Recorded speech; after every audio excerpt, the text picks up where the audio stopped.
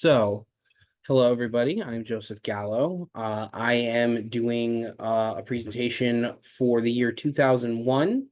And the subject that I kind of have themed all of this around is the role of public administrators post 9/11, and kind of how that informs our work for nonprofits and things of that nature.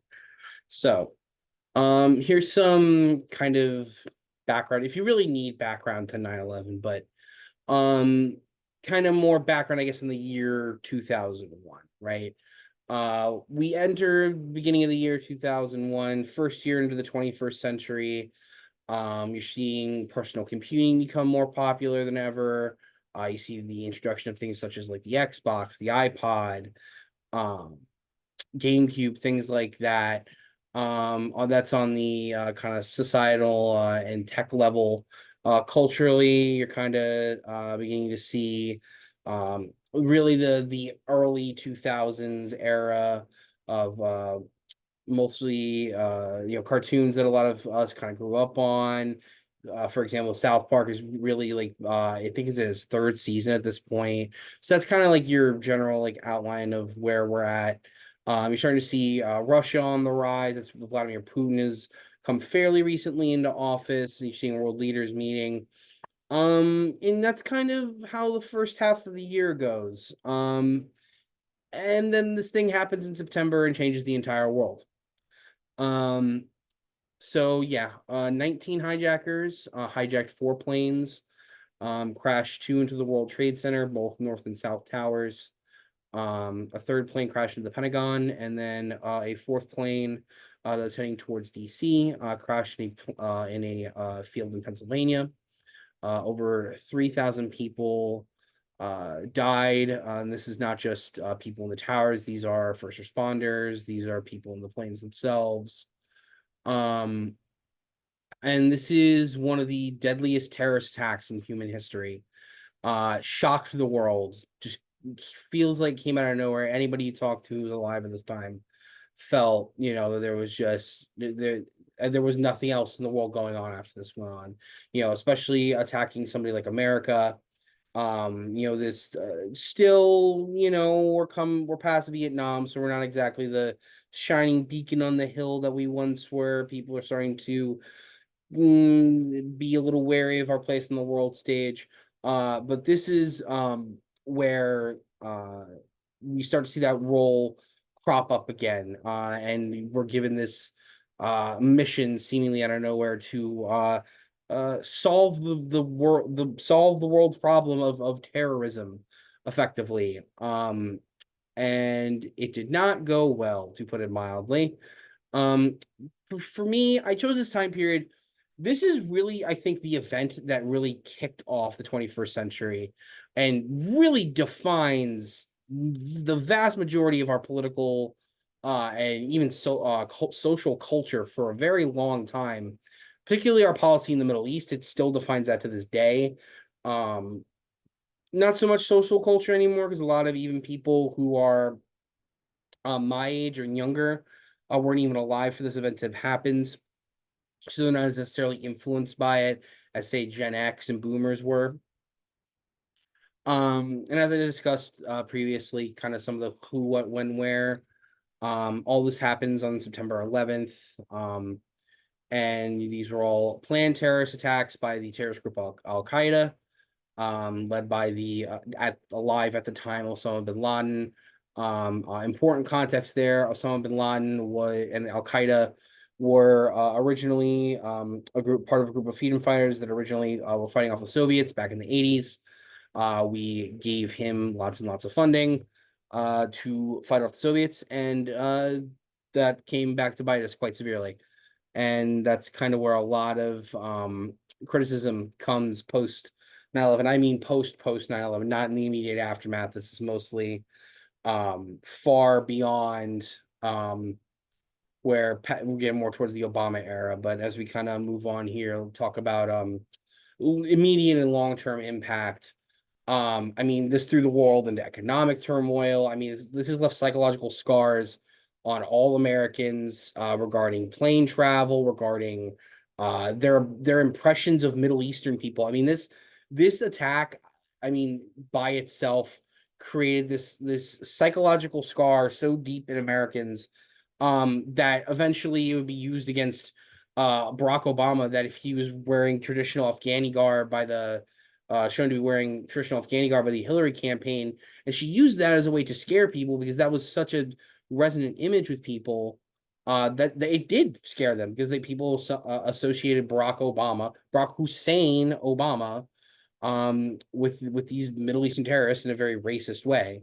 But that's how deep this scar ran. And long term, we see the war of terror, the invasions of Afghanistan and Iraq, significant changes to U.S. foreign policy, to air regulation, security policy, surveillance practices. We see the birth of the surveillance state coming out of this. We also kind of see the strengthening of emergency responses, and public infrastructure. We kind of see this increased cooperation against global terrorism, but you also get issues with human rights and privacy, which we'll kind of get into.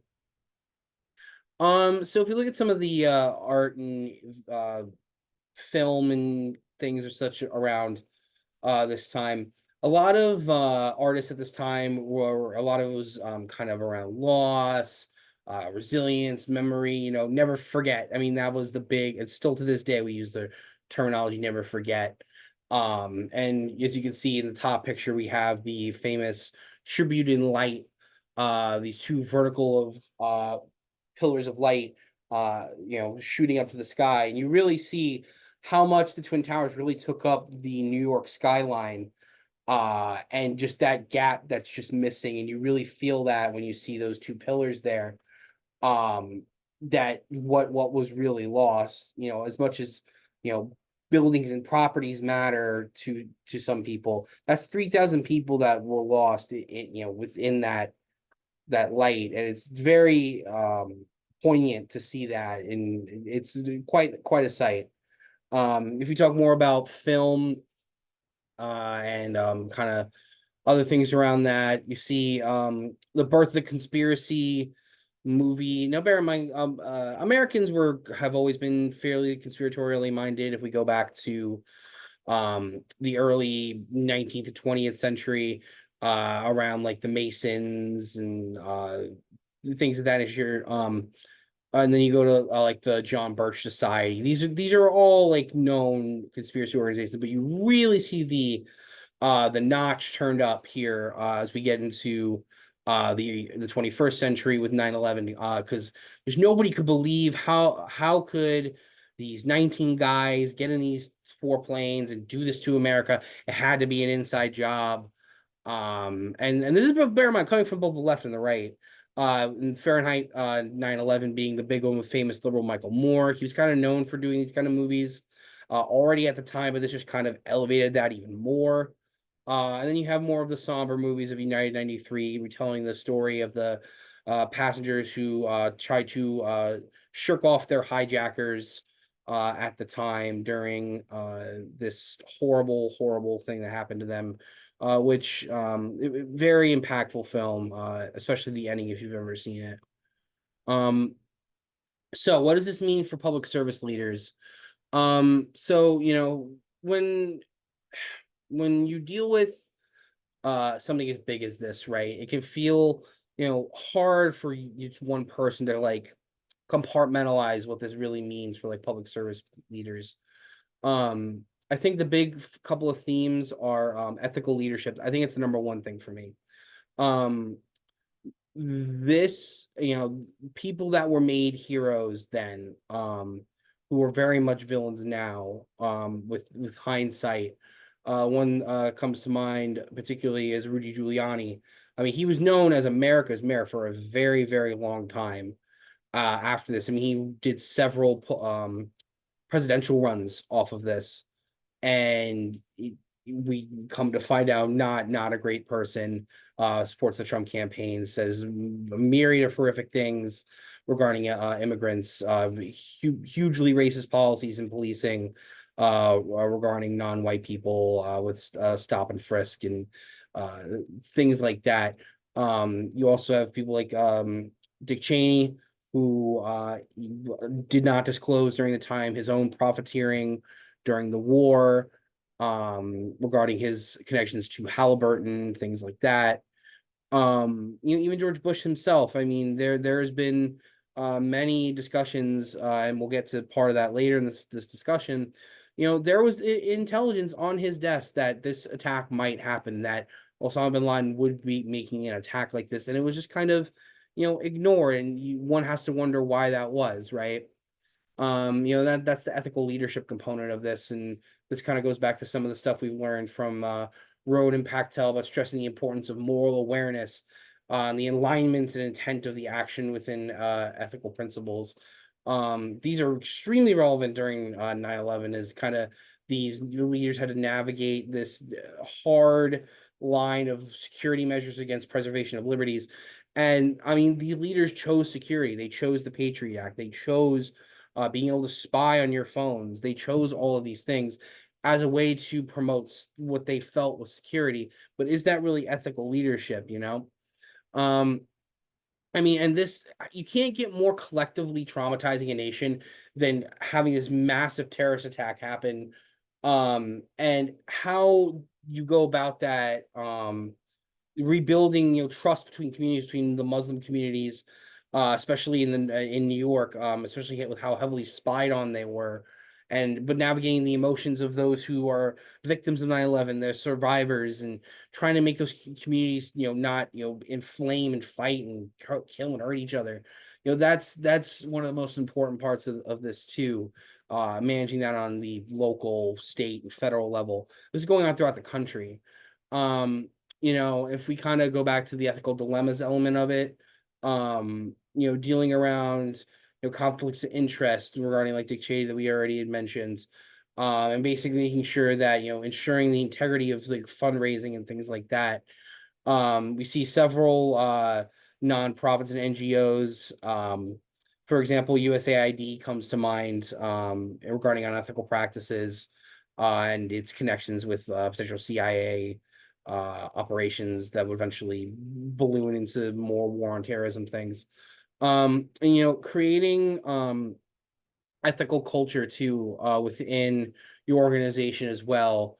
It's about when you're trying to create an organization or be in an organization, making sure that people that are dealing with these prescient issues have good moral, ethical standards to follow is beyond important for especially an issue as serious as 9/11 is.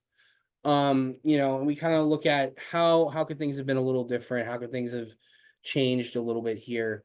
Um, it really is 9/11 is really the benchmark regarding navigating crises, managing public emotions, the ethical challenges that come with that, healing the community, and regarding and being an ethical leader as well.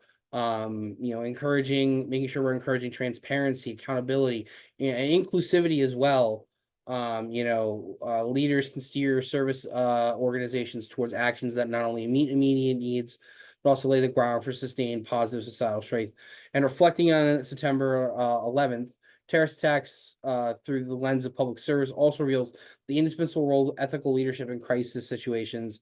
It highlights the necessity for leaders to engage with emotional and ethical complexities thoughtfully and strategically, aiming not just to manage, but to transform adversity into opportunity for growth and positive change, which that did not happen here, to be honest. We were regressed in many ways. We're taking away um privacy rights and emphasizing the security state against those that don't look like us because we're afraid that they might attack us. And also here I've kind of divvied up a bit of a timeline here. Um, you see, we kind of have going from 2001 to 2004, kind of the major policy changes that happened during this time, and I'll kind of share some of those with you briefly here as I pull that up.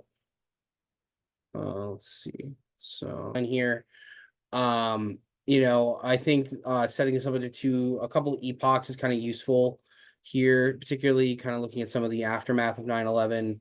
You see some of these pictures here and some of the worst of the worst here. It has to be as anybody who was of Muslim faith during that time. I can't even imagine trying to define yourself as an American or trying to figure out what that means to you, especially with everyone yelling at you and blaming you for things that you or anybody you were not responsible for. Really horrific in the way a lot of Muslims are treated then and now. We see, these dust clouds that come that you really just roll over the city like a true act of God had happened. I was born in Long Island, New York, and I was there when this happened. I was a third grade student on Long Island, and I remember hiding under my chairs and really, really horrific thing that happened and burned into the brains of many, many Americans. Um, as we kind of look at some of the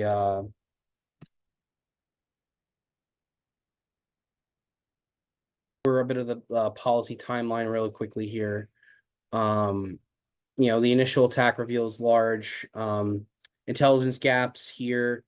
As I mentioned previously, there's the famous thing that Bush, there's a good chance that Bush had a good intelligence that this attack was going to happen, and didn't act on it. You see some of the initial of world leaders coming to see this site. We have the authorization of CIA detention program. Bear in mind, this is just within 6 days of this event happening. And then we have all the anthrax mailing scares, which is terrifying if you were alive then and being afraid of just getting mailed this death through the mail. Congress, once again, this is within 7 days of this event.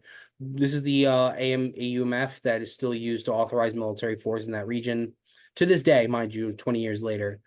Um, and this is kind of how they get around having to declare war on Afghanistan per se. Bush declares the official war on terror, um, and announces the creation of what's going to be the Office of Homeland Security eventually, and thus begins the invasion of Iraq that we only just got out of 2 years ago now. Hundreds of thousands of civilians displaced and killed. Some argue that this is justifiably the place that we should have gone, as opposed to Iraq, which we go into a little later. But this war went on even past beyond Osama bin Laden's death, and it really is a public policy debacle on all fronts, and it's horrifying the things we did there and still do. And then we have on the tails of this Patriot Act, where the first big acts where privacy rights are curtailed and taken away. The primary thing of this act was the to basically to expansively um go through Americans' personal details, personal phones, and eventually would expand into just having basically complete control of our personal cell phones and have access to anything on there that they so please.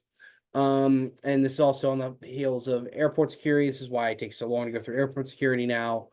And we also see creation of the TSA, which took away the responsibility of what used to be for private firms, and it becomes a formalized agency. It's another arguably debacle given a lot of the systematic racism that happens within the TSA and how Muslims individuals have been, or an Arab individuals have been picked out for no reason.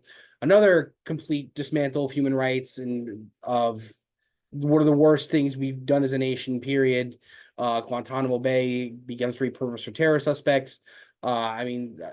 This is where we've had the innocent, the not, the guilty did matter. We've thrown every type of person in here, still open to this day, and is horrible. And the fact that anybody thought this was a good idea for any policy maker is insane. Then we also get this whole axis of evil idea, basically expanding into beyond Afghanistan into Iran, North Korea, and Iraq. Uh, Bear in mind, this is all tied into our resource needs as well, and that's a whole other separate thing. And this goes into ethical dilemmas regarding integrity and anything regarding being a public administrator.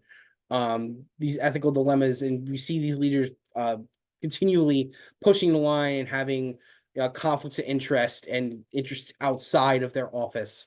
It should be a lesson to any public administrator on what not to do.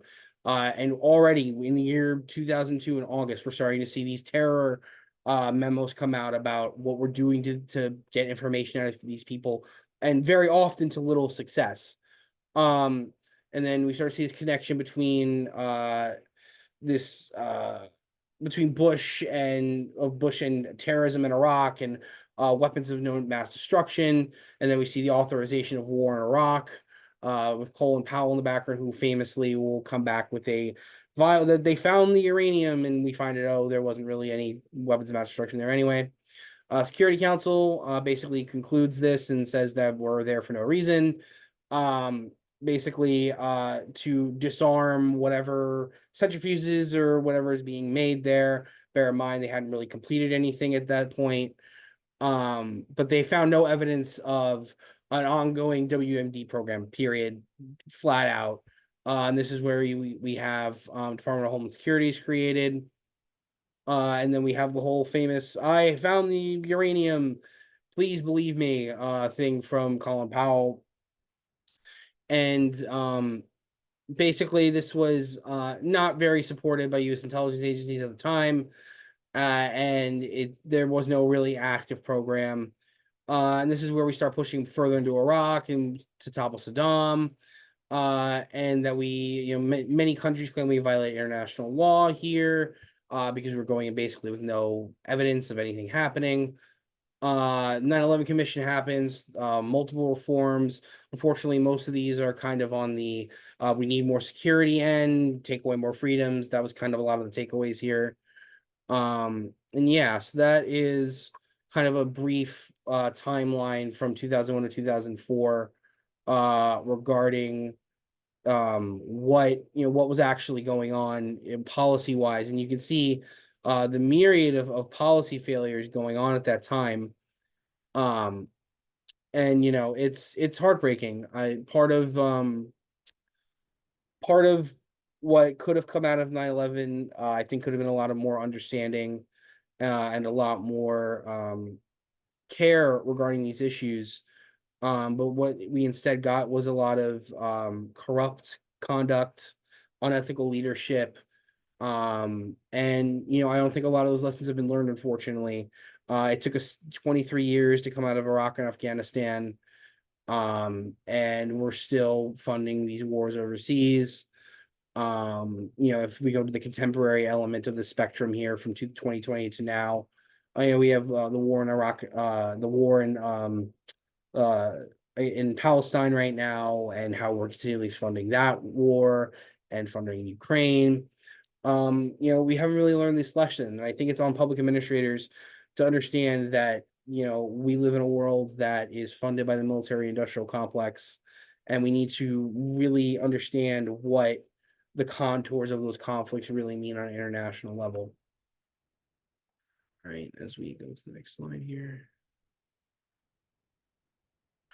And here's something I kind of created here to kind of illustrate how these all kind of wrap together here, to kind of summarize all of this. We have connections between public values and lessons that we learned from 9/11 that we can both take. Community resilience as one of the major focuses that we can learn as public servants, as a lesson from 9/11, that these communities, um, you know, how resilient they can be to tragedy, and focusing on taking care of that community is super important for us as administrators, as we kind of look at some of the other ties between like my personal aspirations.